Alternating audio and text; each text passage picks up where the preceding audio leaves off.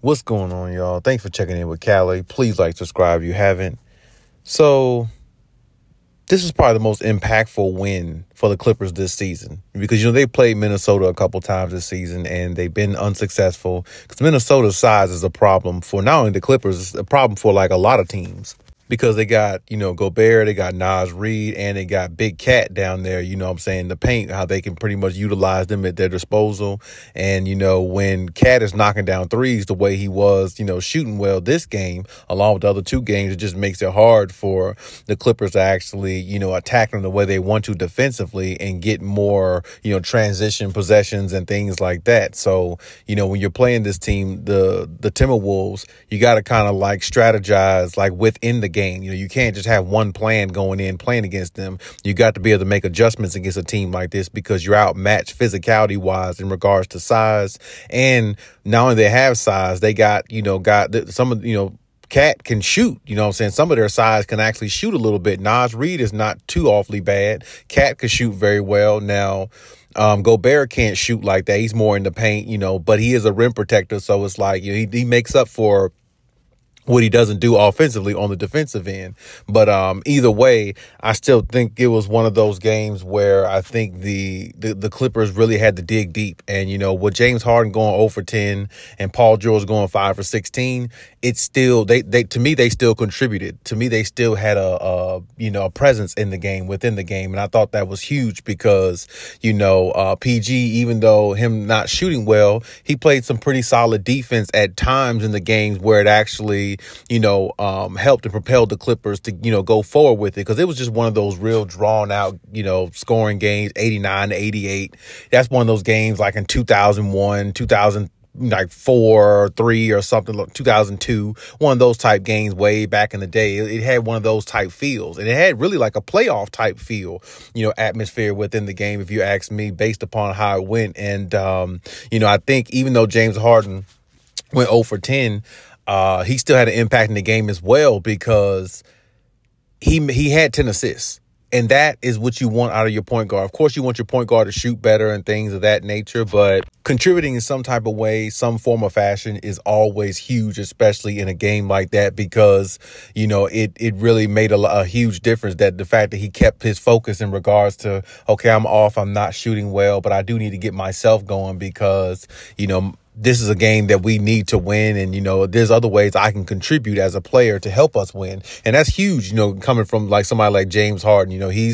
He's been known to, in some people's eyes, been known to really flake out when his offense is not going well in the past, and kind of everything else goes down from there as well. But this game, he kind of kept his poise. He kept finding Kawhi and other players in their spots, and Norman Powell played good as well. And, overall, it was a very, very good team win. I think defensively they played well. I mean, Tice, I think he had 13 boards. They really slowed down or kept it to a minimum, I'd say, in regards to Minnesota with transition points. And I think that was huge in the game, so I think that, was the huge advantage towards the Clippers. And of course, we can always talk about Kawhi. Of course, Kawhi usually just a consistent guy. He always is. He shot 12 for 26. He missed a few in there that missed a few shots I thought that Kawhi usually makes, rather easily, so it wasn't really you could kind of look at it as an off night for Kawhi because 12 for 26 is not something Kawhi usually does, even though that's 40% from the field, give or take, percentage wise. But usually Kawhi is something 12 for 17 or something like that, or 14 for 19 or something like that with 30 plus points or something. So, Kawhi is usually so efficient to even 12 for 26 looks like an off night for him, but it's not. It's a great night. He had 32 points, he had several rebounds, and he made an impact defensively as he always does because he's just a very great disruptor. He's probably the greatest disruptor in a game that we've ever seen in regards to his defense and his know-how ability and knowing when to strike and just his instincts. It's certain players have this it factor about them where when they play in a game, whether basketball, football, or any sport, they just have these great instincts that leads them to do great things. So a lot of times I've always compared Kawhi Leonard to somebody like Troy Polamalu back in the day when he played for the Steelers. You know, Troy Polamalu, like, you didn't really have to like draw up any plays for him on defense. He just knew when to make plays, and his instincts led him to make great plays for the Steelers, which led them to, I believe, 2 championships. And I feel like the same thing with Kawhi Leonard. You know, his instincts usually leads his team to great, puts him in great position to win. And, you know, if he has a good team around him and everybody's in position, you know, they can do great things, whatever team that he's a part of, which is the reason why he's one of the best players in the league. So I think that, you know, his impact was there. And I can tell Kawhi really wanted this game. And I feel like the Clippers really wanted this game as a whole. You know, like I said, Paul George wasn't shooting well, but I mean, his confidence never waned. It was just, okay, I'm not shooting well. Let me go pick Ant up, defend him, give him a different look defensively. And I think that's kind of what the Clippers were missing the last couple games, with Paul George. His defensive, he is a two-way player also. So, I mean, his defensive prowess is actually also needed, along with his offense when he's got it going and things like that. So I feel like the Clippers played a real solid game. And it was, even though they shot only 38% from the field, they actually held Minnesota down a lot too. Because, I mean, think about it. How many times you've seen Minnesota only have 88 points, within a whole game this year? That just goes to show how good the Clippers really are, because even though the Clippers shot 38% from the field as a team the whole game, James Harden went 0 for 10, Paul George went 5 for 16, they still found a way to win. That just goes to show how good of a team they are and what they really have within their roster. And, Zubac was really kind of like not, 100%. He played as much as he could. He did what he could, but you could tell he was kind of maybe getting gassed a little bit, not really in his rhythm,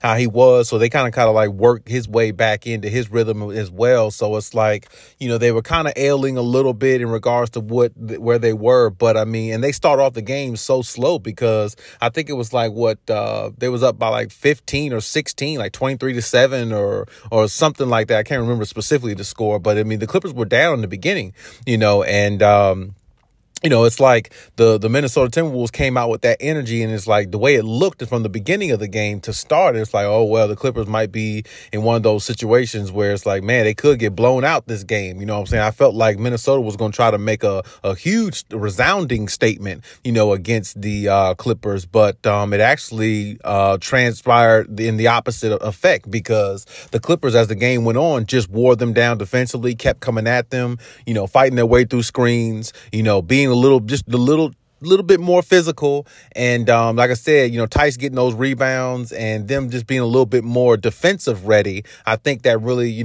showed everybody how the Clippers really can attack teams, even if their offense really isn't going at the highest rate as it usually does. So, I mean, that's a big win for the Clippers. It's a very impactful win, too, because when you think about the standings, they're still within striking distance of that number 1 seed. And they really actually knocked down the Timberwolves down to the 2nd seed, in which the Thunder have the 1st seed. But I think the Thunder and the Clippers matchups this year, I think the Clippers have the edge. But I mean, of course, it's very close. You know what I'm saying? 2-2, 2-1 or something like that. So that can actually benefit, the Clippers going forward. And they kept themselves within striking distance of that number 1 seed. So it's like, because the way they were playing the last couple games, it's like you kind of felt like, oh, man, they might let that really slip away. They might end up like the 4th or 5th seed completely going into the playoffs, and which would be fine. But I mean, if you have an opportunity to get that number 1 seed still and put yourself in better position, then that's what you do. And I felt like this win right here kind of really,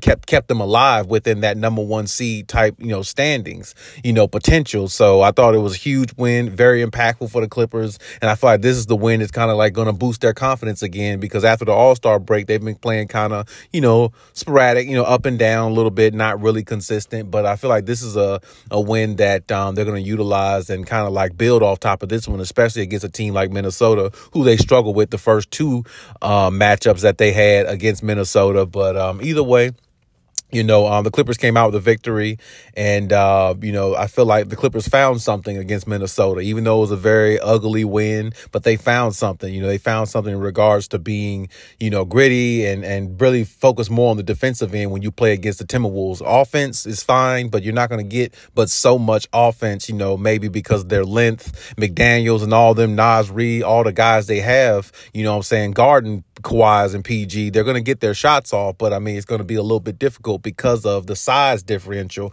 between the teams. So it's like if you focus more on the defensive end and allow your offense to kind of like gradually pick up as the game goes on, you know, a team like Minnesota, it'll be tough beating them in a 7-game series, but you'll be able to walk them down because you have experience and now you see one key aspect that you can utilize against them. And remember, the Clippers won this game without even Russell Westbrook being there, which could have been another, you know, key piece that they could have utilized to give them some energy. But, you know, shout out to Bones Highland. He played good as well within the minutes that he had. And now I feel like, you know, PJ Tucker's been playing the last couple games and stuff like that. Now Bones is getting a few minutes, even though Russ is down. I feel like maybe everybody in the house is healthy. Everybody in the house is happy now, I should say. So it's like everybody's getting minutes. Everybody's contributing somewhat. So it's like, I feel like that's a good thing with the Clippers. I feel like it's going to build them a lot more internally as a unit. And I feel like it's just something that they could build off of, you know, moving forward.